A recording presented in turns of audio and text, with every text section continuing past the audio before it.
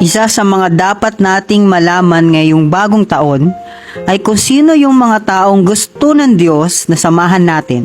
Sino yung mga taong pinadala ng Diyos at sino naman yung mga taong pinadala ni Satanas sa buhay natin.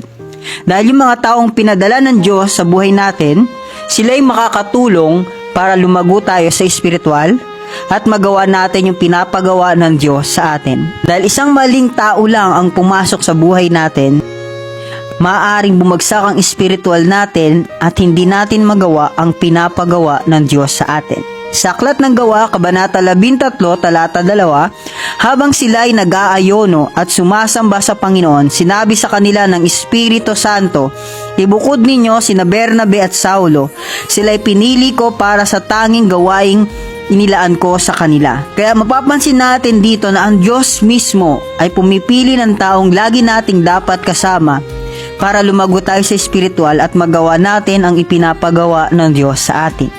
Ikaw po, alam mo ba o kilala mo ba kung sino yung mga taong dapat na lagi mong kasama at kung sino yung mga taong hindi mo dapat laging kasama?